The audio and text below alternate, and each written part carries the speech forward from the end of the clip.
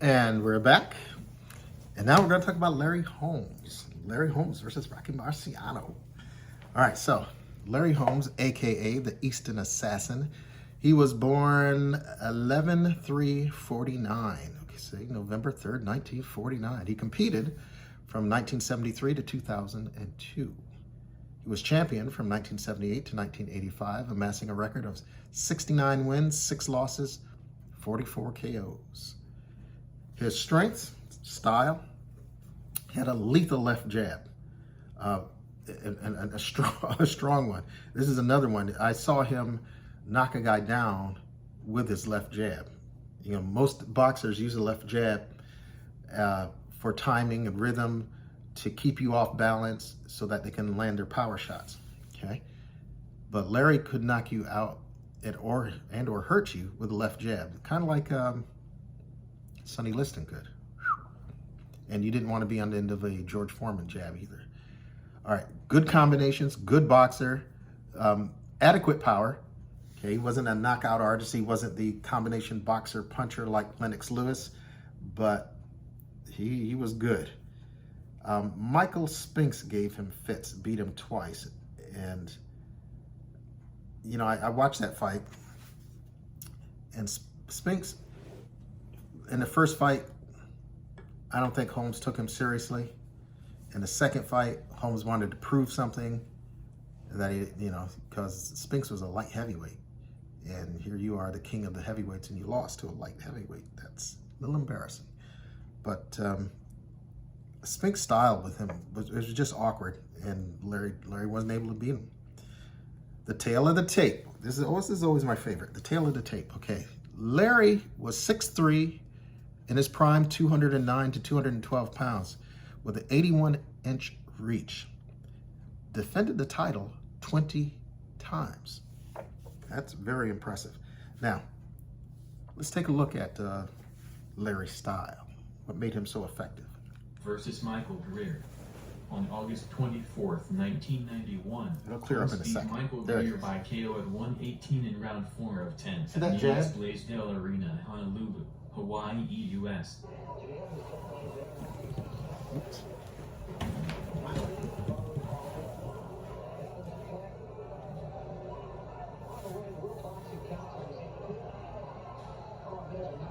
Larry loved to throw that uppercut, that sneaky quick uppercut, which that's gonna prove a little problematic for Marciano, because Marciano was there in that range to be hit. Chops him down. An accumulation of punches, not necessarily the one-punch knockout artists as the big bombers are, but adequate power. Especially if he has time to load up on it.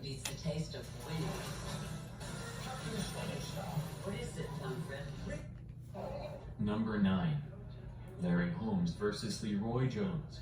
This is 1980. 31st, 1980. Around his prime. Defending WBC heavyweight title, Holmes beat Leroy Jones by TKO at 218 in round 8 of 15. Ooh.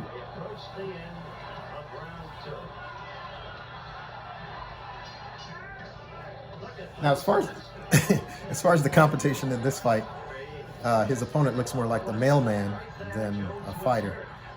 But you see how Holmes throws his punches. He sets him up. Good combinations. He wings some of his punches, but he's pretty much a straight-on puncher.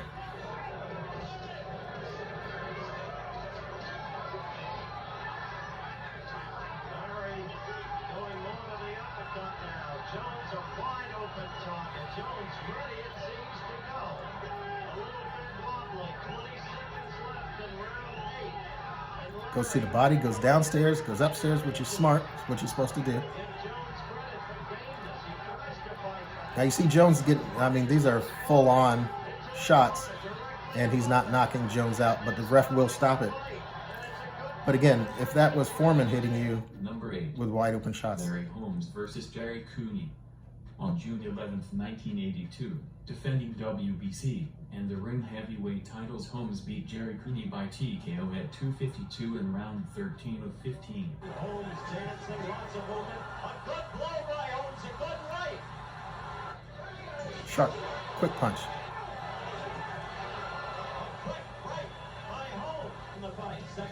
That good jab.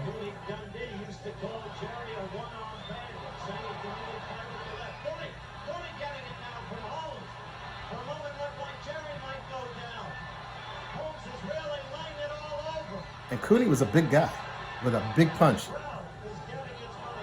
but he wasn't a boxer.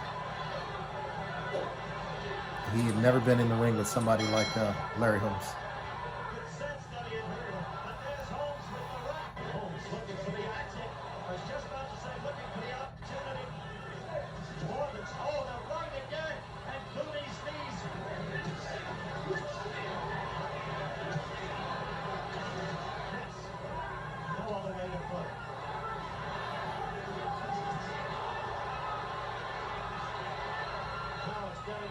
Sloppy because both men are tired. Holmes trying to tee off and doesn't have the strength left. I don't think and that was the end of Jerry. Now, all right, so you see this, the contrast in styles between Marciano and Larry Holmes. So how does this play out? Well, with the shortest arms of any heavyweight champion, Rocky has to get inside. Larry with an 81-inch reach and a jab like he's got, that is going to be problematic for Mr. Marciano. But round one starts out with the two of them knowing how the other fights. And so Larry wants to stay on the outside. Marciano has to get in on the inside. And Larry's mindset is, if Rocky gets inside, to hit him with that uppercut and then move on out of there. And that's what goes on through the first 3 and 4 rounds. You are going to get hit by that jab, and Marciano has been tagged. He's got to come up to hit you because he's going to be most effective crouching down to get inside and then coming up to hit you. Problem with Marciano is he does wing his punches, especially when he wants to land his Suzy Q. And Larry has a way defensively of sticking his arms out to keep you at bay and then shortening and making short punches on you, short punches. And Rocky has to get down under that. About the 7th and 8th round, that jab has opened a slight cut on Marciano's right eye. Nothing serious, they patch it up, but Marciano seems to be getting stronger as the bout goes on because his training regimen, I mean, he is not going to tire. So now you're into the 11th and 12th rounds, and these two guys are sticking to their game plans, and they're doing what they need to do to win, and each of them having success in doing what they have to do. 13th round, Rocky gets under that jab, lands to the body, slides to the side, and throws that Suzy Q and tags Larry Holmes, and Larry falls forward as he goes out. Rocky knocks him out in the 13th round with a looping Suzy Q that is able to put Larry Holmes to sleep. Should I ever meet Larry Holmes one day, he's going to be mad at me. But, you know, this is a fight that could have gone either way. Larry could have won in a decision because Marciano was going to take punishment trying to get in. But Larry would stick that jab, which he had a lot of success doing, was leading in points before Marciano was finally able to get in and throw that Suzy Q and knock him out. Great fight. I'm going to move this up and put Rocky's name here. R. Marciano.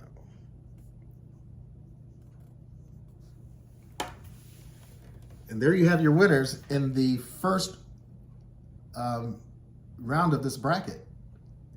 And my goodness, when we go into the next phase of this, Oh my goodness. These are going to be some fights. And we will catch you in the next video. Y'all take care now.